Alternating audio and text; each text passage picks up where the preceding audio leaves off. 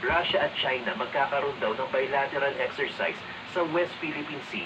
Nananatiling mapagmatsyag naman ang AFP tungkol sa bagay na ito. Ayon kay Public Affairs Chief Colonel Xerxes Trinidad, pagpapanatili ng kapayapaan at katatagan, iyan umano ang isa sa mga pangunahing layunin ng AFP sa Indo-Pacific region.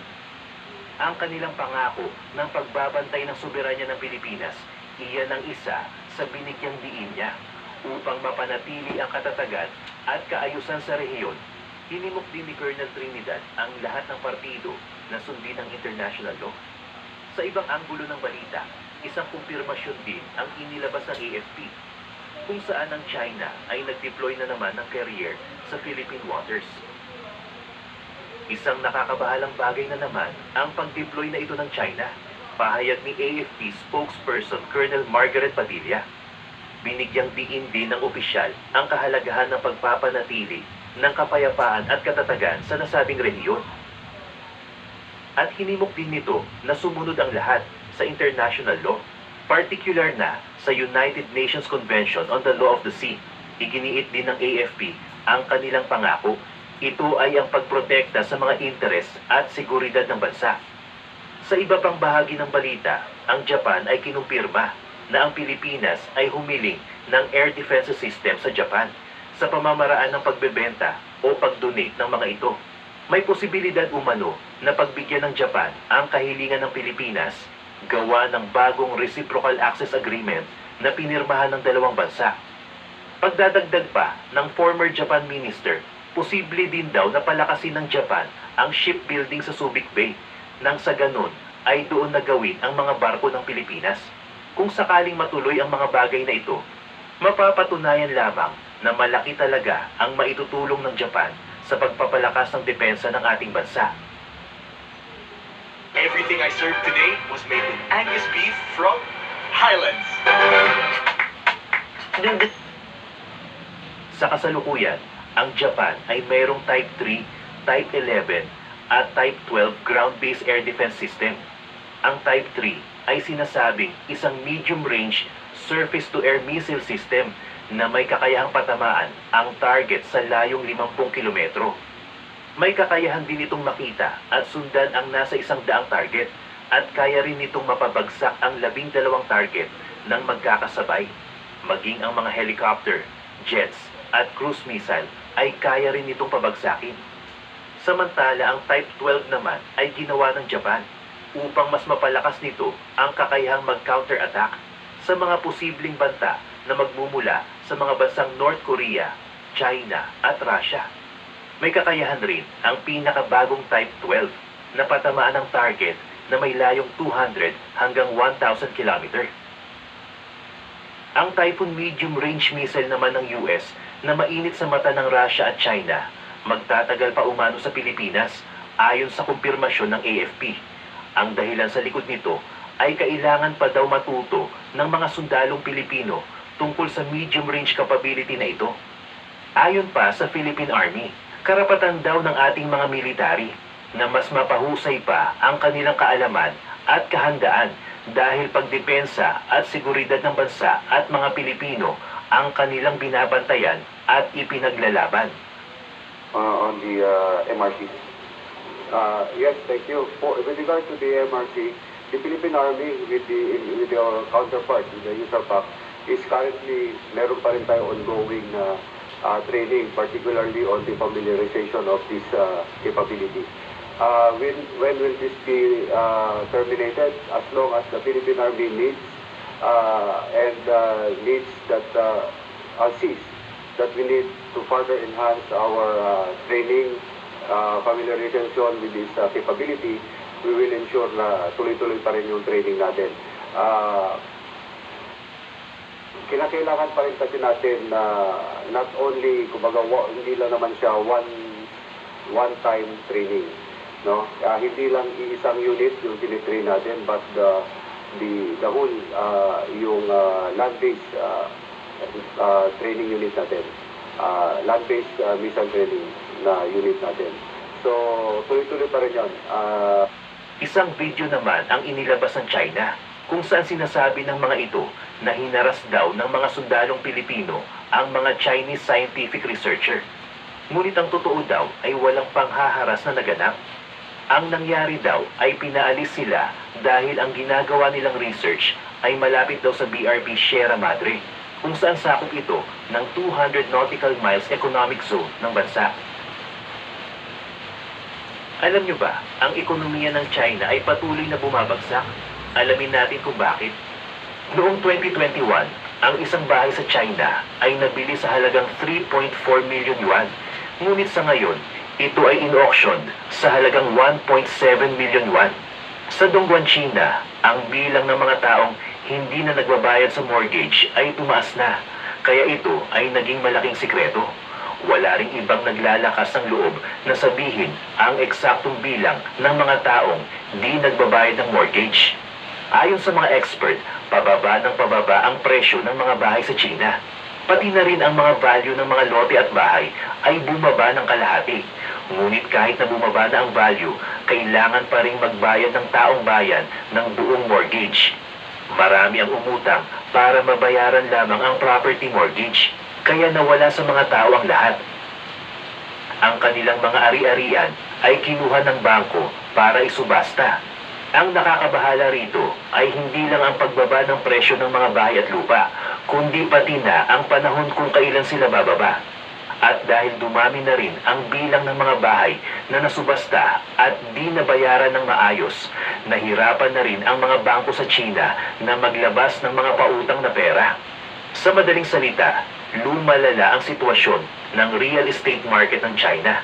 Nahihirapan na ang mga developers at hindi na rin makakilos ang bangko ng maayos pagdating sa aspektong pinansyal. Sa normal na sitwasyon, kapag hindi ka nakapagbayad ng mortgage sa bangko, hindi nila kukunin agad ang iyong bahay.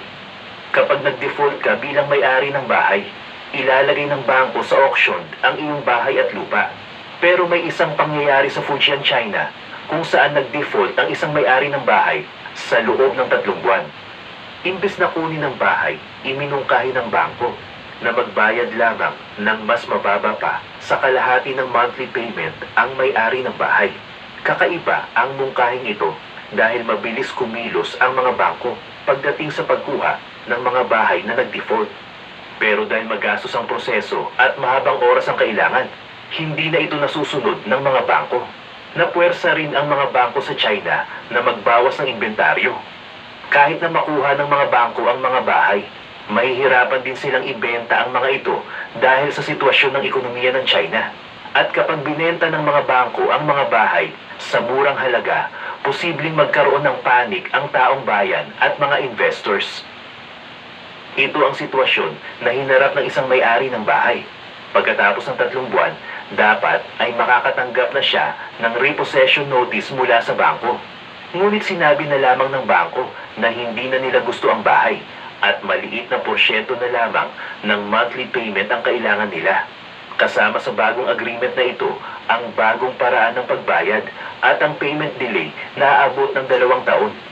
Ang sitwasyong ganito ay nag-uumpisa pa lamang para sa mga bangko sa China. Sa ngayon, maraming bangko ang hindi na nagmamadaling kuhain ang mga nag-default na bahay. Bagkus, mas gusto ng mga bangko na magbayad na lamang ng mababang monthly payment ang mga may-ari ng bahay. Ang layunin ng China sa ganitong strategiya ay ang pagdaragdag ng mga bahay at lupain na nag-default sa bansa. Noong 2017, 9,000 properties lamang ang naka-default, pero lumobo ang bilang nito sa 3,500,000 pagsapit ng 2021. Malaki ang numerong ito at nahihirapan na ang mga bangko sa China na i-liquidate ang mga properties. Dahil sa pagpapahaba ng monthly payments, nadagdagan ng recruitment para sa mga collection agents sa China. Pinakalat ng mga bangko ang hiring notice at isinaad na kailangan nila ng mga taong nagtapos ng Bachelor of Degree of Law o di kaya ay Finance. Kailangan din na merong collection management experience ang mga mag-a-apply na aabot ng 5 taon. Isa sa mga malaking bangko gumamit ng bagong strategiya ay ang Bank of Sangxiang. Nagbukas ang Bank of Sangxiang noong 2016 at mayroon na itong capital value na aabot ng 3 billion yuan. Tinagurian rin na First Central Bank of China ang Bank of Sangxiang. Ayon sa datos, ang non-performing loan rate ng Bank of Sangxiang ay 1.75% noong 2023 at ang overdue loan balance ay umabot na sa 1.3 billion yuan. Bukod sa Sangxiang, ang mga bangkong WeBank at Everbright Group ay naghahanap na rin ng mga collection agents. May offer rin na 20 to 40% commission ang mga nasabing bangko sa kanilang mga bagong ahente. Samantala, sinabi naman ng isang ahente na mataas na talaga ang default rate ng mga property owners. Mas pinili ng mga property owners na magbayad na lang ng mababang monthly mortgage sa mga bangko. Kaya naman ngayon, mas tinutukan ng mga bangko ang debt collection o paniningil ng utang kaysa lending o pagpapautang. Ayon sa datos na nakolekta ng China Banking and Insurance Regulatory Commission noong May 31, ang non-performing loan ratio ng mga bangko ay 1.59%, mas mababa kumpara noong nakaraang taon. Halos 141 bilyon na yuan naman ang itinaas na value ng non-performing loan balance. Tinatayang umabot na sa 3.23 trillion yuan ang kabuang value ng non-performing loans ng mga bangko sa China at posible pang tumaas ang bilang na ito. Ayon naman sa datos ng People's Bank of China, ang kabuang assets ng mga bangko sa China, domestic at foreign currencies, ay pumalo na sa 417.3 trillion yuan. Ang antas ng non-performing loans ng mga bangko sa China ay tumaas sa 6.5% noong 2023. Sa kabuuan, 40% ng mga real estate credit accounts ay konektado sa mga bangko sa China. Bakit lumago ng sobra-sobra ang default rate ng Chinese real estate industry? Ang unang pinaka-importanting rason ay ang pagbaba ng presyo ng mga kabahayan o housing. Sa mga ilang lugar ng China, umabot ng 60% ang ibinaba ng presyo ng mga properties. Naapektuhan dito ang mga down payment na nilatag ng mga taong bumili ng mga bahay. Marami sa mga buyers na ito ang umalis sa market at di na nagbayad ng kanilang mortgage plans. At dahil bumaba na ang presyo ng housing sa China, di na lang nagbayad ng mortgage ang mga buyers para mabawasan ang pagkatalo o financial losses nila. Ang ikalawang rason ay ang paghina ng ekonomiya at pagtindi ng unemployment rate. Maraming tao na ngayon sa China ang nahihirapan ng magbayad ng mortgage dahil sa pagbaba ng kanilang income o kawalan ng trabaho. Ang mga taong ito ay hindi tumatakas sa mortgage pero hindi lang talaga kaya ng budget nila na magbayad ng tuloy-tuloy. Ang ikatlong rason ay ang tinatawag na impulsive buying o pagbili ng mabilisan at di pinagplanuhan. Maraming tao ang bumili ng properties dahil nakita nila ang potensyal na kita sa real estate. At ngayon na humina ang ekonomiya ng China, pinagsisihan ng mga impulsive buyers ang mabilisan nilang pagbili ng properties. Mas pinili pa ng marami sa kanila na iwan na lamang ang mga properties at huwag nang magbayad ng mortgage.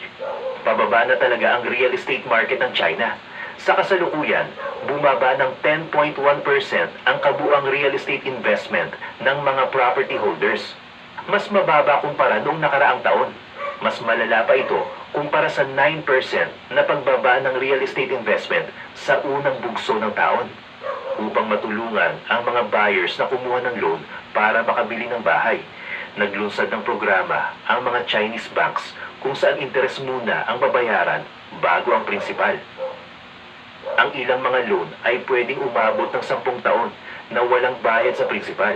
Kumalat rin ang impormasyon sa Chinese social media na pwedeng i-adjust ang mortgage repayment terms sa ilang mga lugar sa China.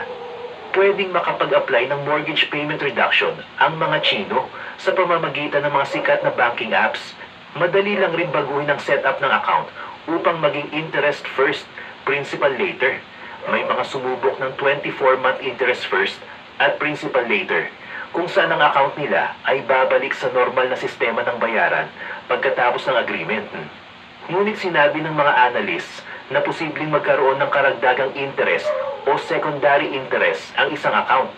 Halimbawa, sa Guangzhou, ang interest rate sa isang home loan ay aabot ng 3.4%.